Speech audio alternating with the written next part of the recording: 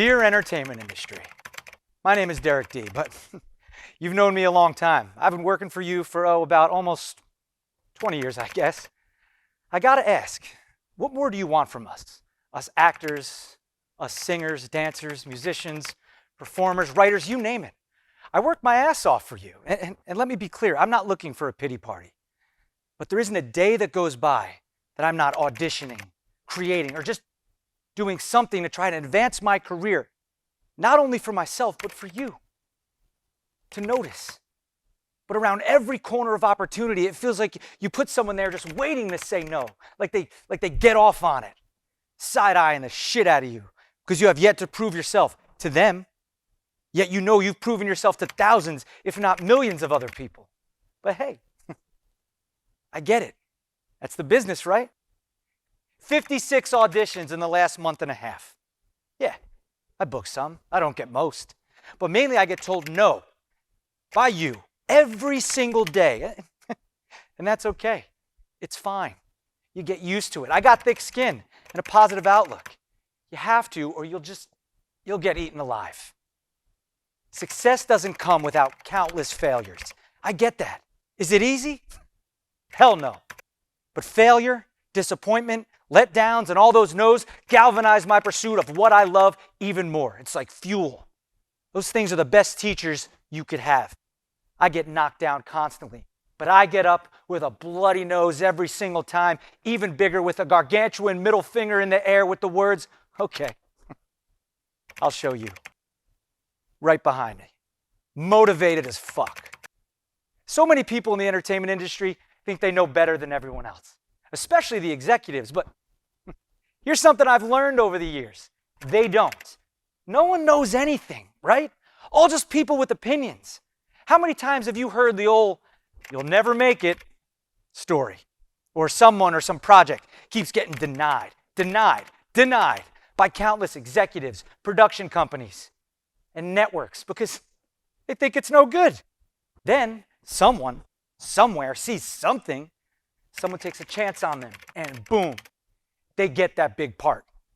Their show is picked up. Their song is charting. They're dancing on Broadway. They're giving an acceptance speech while holding an award in their hand saying, never give up, because I was told you'll never make it.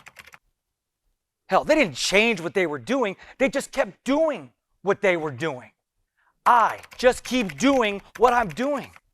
And all those people before just failed to see it or judged it so completely wrong. And you know what? Again, that's okay. All I ask of you, entertainment industry, is you see the talent, real talent, and you pay the talent accordingly. I mean, that's what the strike was about, right? And hey, you want to use social media influencers? Fine. No knock on their hustle. But be straight up and don't sit there auditioning us knowing full well you're just going to go with some no-talent ass clown with 1 million followers on Instagram or TikTok so you can, get eyeballs on your product or whatever the hell it is you're trying to sell. During COVID, our bedrooms and living rooms turned into casting offices and sound studios for you, and they still are. We became our own lighting techs, camera ops, grips, sound engineers, editors, with some of the strangest demands for auditions that we don't blink an eye at. We just do it. And hey, I may get some shit for this, but you claim to be the most inclusive. Yet it's the opposite in so many ways. Double standards are rampant. Tons of hypocrisy. The term woke gets thrown around so much, but wake up. For a while there, we had to say our vaccination status at the beginning of an audition. Like, what? It doesn't matter if you are or not, agree with it or don't. It's wrong to ask. Oh, here's a fun story. I was in a meeting with an agent one time, and with me in the room, this person said to another agent directly in front of me, and I quote, "Well, what can we get him? He's white." How is that okay? Every actor just loves hearing something like that, right? What it should have been is, well, what could we get him? He's talented. And this wasn't for a specific casting breakdown. It was meant in general. And I'm not naive to the fact that looks matter in this industry. Listen, I get it. But in this case, substitute the word white in that sentence with anything else, and you tell me if that sits right with you. It's not okay. Thank God I have great representation that cares, who actually has my back, gets me auditions, follows up, and I consider them friends as well as business partners. Look, I do love you, entertainment industry. You got a lot of good in you. I'm not trying to come across as complaining. I'm just saying, do better. I've worked hard for you, and I've been rolling with you and all your punches for nearly 20 years. I'm an actor, voiceover actor. I host, I sing, I dance, do stand-up. I've had multiple live sellout shows. I produce, I write, co-created and wrote a sitcom with one of the most talented writers, producers I've ever worked with in my life. Pitching that currently, which is a whole other challenge. I'm a proud SAG-AFTRA union member, and I agree with everything that we were striking for.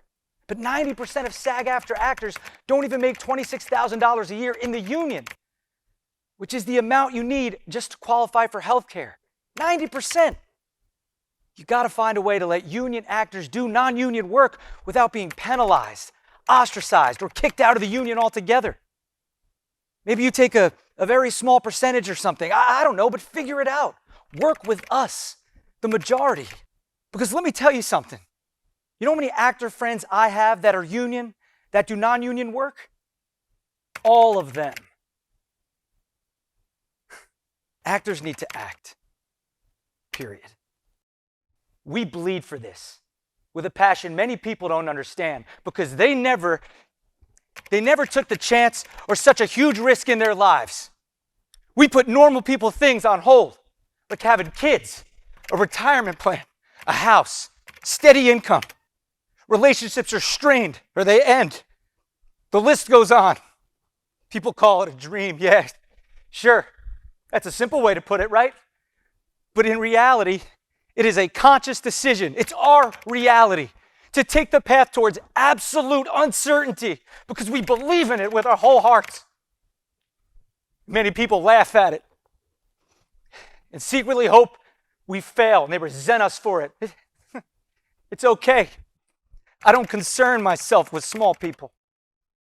Sadly, that's the hard truth. Just because they didn't have the courage to pursue something they loved so damn much, why should I? Who did? And why should I be successful at it? It's messed up thinking, man. We persevere, right? And boy, do we hold on tight to the ones who believe in us. Because you guys, you're the real ones. I see you. I love you. I will make it. Whatever that means exactly, I don't think any of us really know. Some people say, hey, you already have, Derek. You make a living doing what you love. And I appreciate that, but I don't feel that way yet. But I know for a fact that I will never ask myself, what if? Because I'm doing it. I'm pursuing it. I'm in it. Through all the good, the bad, being broke, breakups, all of it. You name it, I still know my potential. And I will not waver. I'm speaking for every other actor, singer, musician, dancer, writer, and all performers in general out there who do the same thing as me day in, day out, day in, day out. There's only one thing we can do, and that's keep moving forward. And when you fail, because trust me, you will fail. You fail forward. I'll keep doing the same thing I've been doing until you have no other option than to notice me. I've been standing here with my foot, hell, my entire leg in this show business door for years now. And you bet your ass I'll keep pushing and pushing and pushing on that door until my whole body is through it.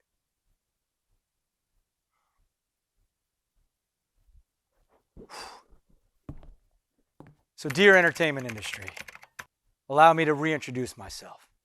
I'm Derek D. I'm not going anywhere. The only place that I'm going is home.